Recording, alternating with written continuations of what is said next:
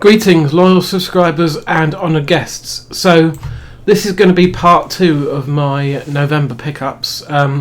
It's Boxing Day today, so Christmas is over and done with for another year. But I have another couple of weeks off work, so I'm going to be uploading more stuff to YouTube, making more videos. But first, we need to finish off the stuff I picked up in November.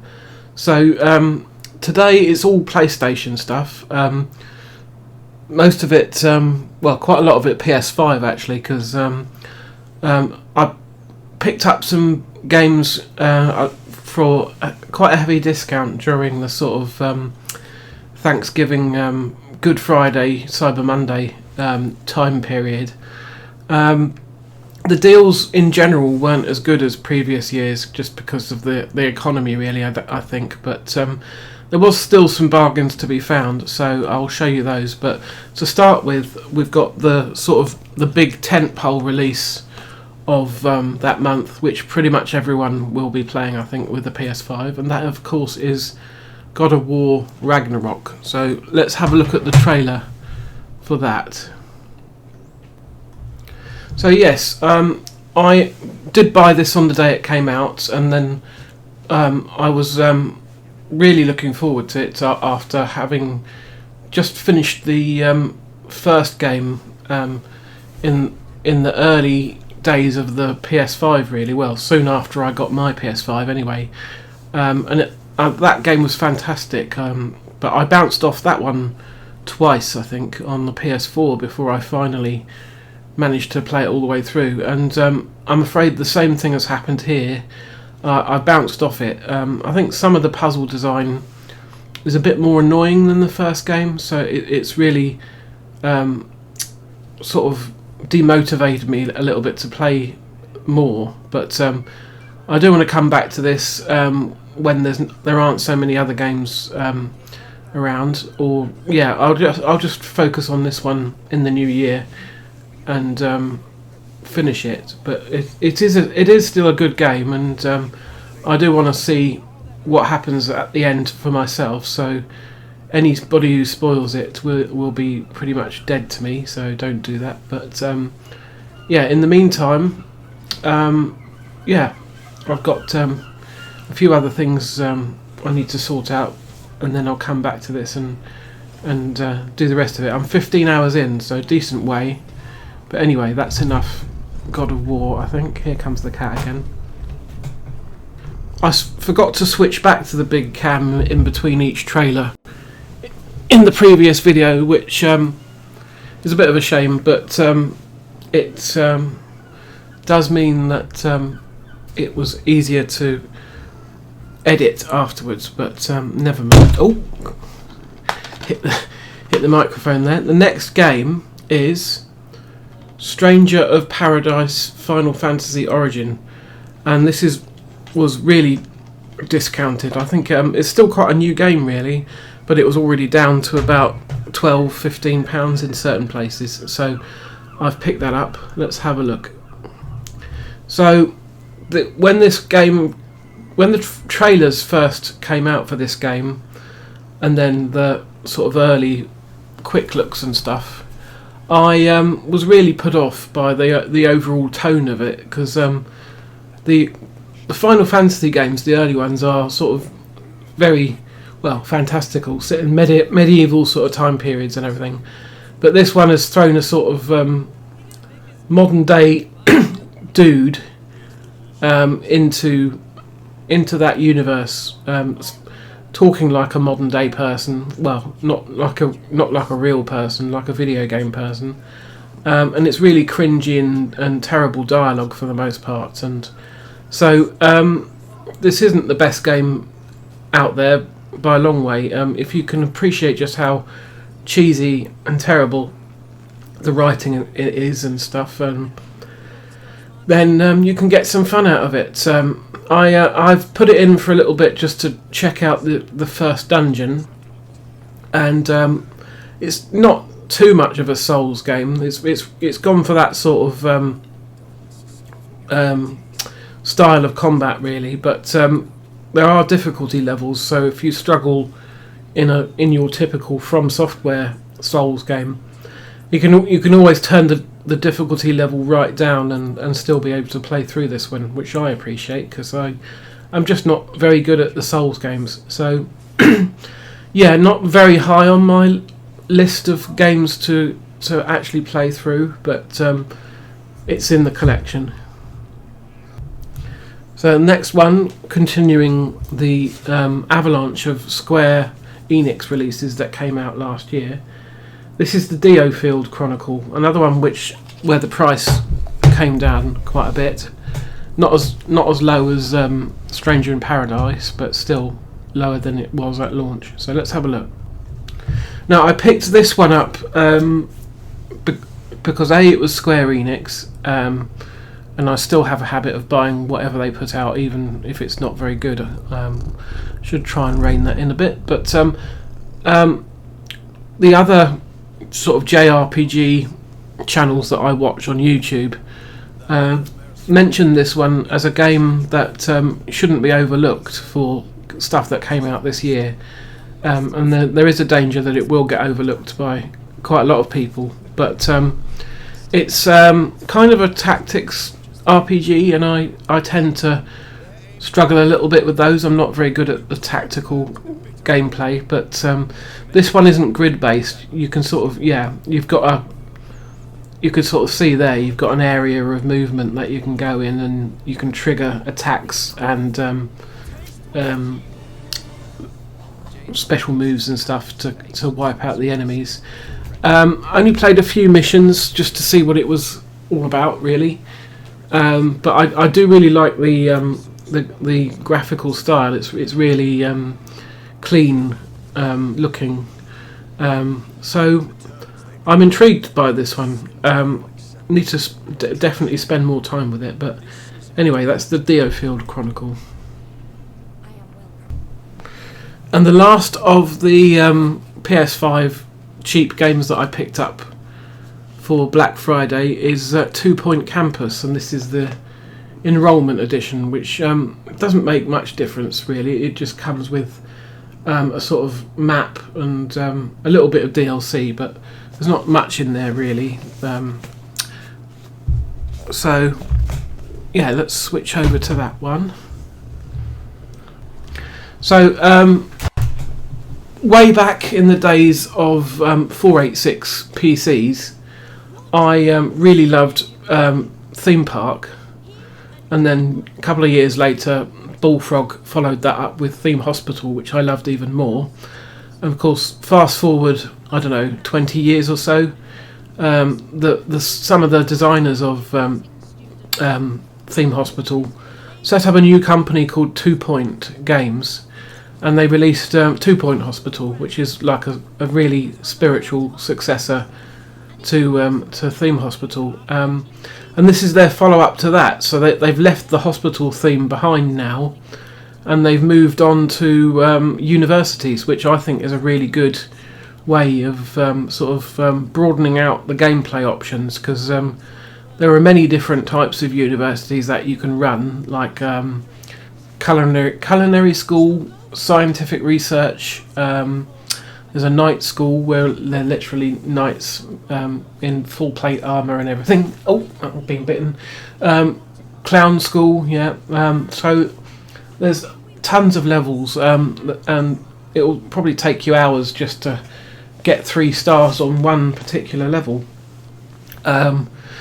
So yeah, the amount of gameplay in just the base game here is vast, and then they'll do DLC as well. They've already done one bit of DLC, so yeah, I've already spent quite a lot of time playing 2 Point Campus already, but I'm only on the 3rd level.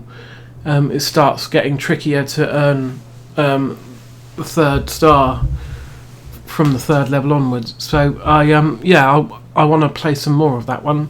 It's a sort of game where it hasn't got a story, so you can sort of fit it in around other games whenever, but it's quite a time sink, and when you're sort of stuck in a level playing away, you don't realise how many minutes and hours are just passing by without you really noticing. So That was always the danger with those addictive management games like that one. So anyway, let's move on to the next thing. So now we have a pickup which is a bit unusual for me, because I'm not really into my first-person shooters, at least not recent ones. And this is the 2010 Medal of Honor game. So the reason I picked this up really is I've never played it, and I do like used to like the old Medal of Honor series. I'd imagine this is this a modern day one? Yeah, this is a modern day Medal of Honor. I didn't realise that. I thought it was World War II. But anyway, the main reason I picked this up is because it comes with a full sort of remastered version of Medal of Honor Frontline on the disc on the PS3, and I have got that version. It's on the limited edition one. You just see the symbol in the corner, and that's really the last Medal of Honor game that I really liked. I didn't like Rising Sun or anything after it really, so Medal of Honor Airborne, I tried that one and couldn't get into it. But I haven't played this one, and I haven't gone back to Frontline since the PS2 days. So and it wasn't very expensive, it's like a £5, so I'll give it a go and see what I think. So just a few more. Next PS3 game is Untold Legends Dark Kingdom, which was a launch game, I believe. So let's have a look. Now, what triggered me to buy this one is Food for Dogs, aka Britta, on YouTube, did a really extensive and long video taking a look at the exclusive launch games for the PS3. And this was one of them, and I have quite enjoyed the Untold Legends games on the PSP, but I never got this one. It's sort of got kind of terrible reviews really, but it's just a little bit uninspired, I think, as far as RPGs go, and it's a sort of well, you can see it's an action RPG, much in the same sort of style as Baldur's Gate's Dark Alliance or Champions of Norath. I think it might be, if not the same developer, then at least that engine that it's running on. Yes, this was very, very cheap. I think it was like £3 or £4. So I'm not too bothered if it turns out to be a load of plop. But the trailer at least makes it to look a little bit of fun, and I wasn't really put off by the footage that Food for Dogs showed on her channel either. So I will be checking that out. I need to fire up the old PS3 and play through some things soon. So anyway, let's go back. Two more games now. Another one is another PS3 RPG. That, I forget who recommended this one, but this is The Witch and the 100 Knights, published by NES America. So let's go to the trailer for that one. I won't play the whole trailer for this one because it's over 4 minutes long, but anyway, I'll probably scrub ahead a little bit so we can see the actual game. Yeah, it's sort of it's kind of typical Nippon Ichi JRPG really, with the same sort of cartoony style and sense of humour that they typically do. I think the gameplay is another sort of action RPG style. I imagine the 100 Knight is that hulking golem type fellow on the left there. I'm not sure though, because I haven't actually played any of this yet. I didn't actually realise when I ordered this PS3 version that there's actually sort of a enhanced and extended version called the oh, I don't know, but they did re-release it a year or two later with more areas and improvements, and it was on the PS4 as well. So if I like this when I try it, I might end up hunting down that version, and then there's a sequel as well. But I like the look of this, but I haven't taken it out of its wrap yet. The version that turned up is a Japanese, no, not a Japanese, a German version. It's got the German age rating on the corner, and everything on the back is German, but I think the game will still be in English. They normally are when that happens. So it's a bit of a shame it's not the PAL version, because I'm probably stuck with it. CEX won't accept foreign games for trading, but it probably doesn't matter too much. But anyway, let's switch back and take a look at the final thing. So one more game for this month, well, for November, and that is a PS2 game which has also got kind of awful reviews, and this is Area 51 by Midway. So let's just have a quick look at the trailer. Now, Area 51 was originally a arcade machine by Midway.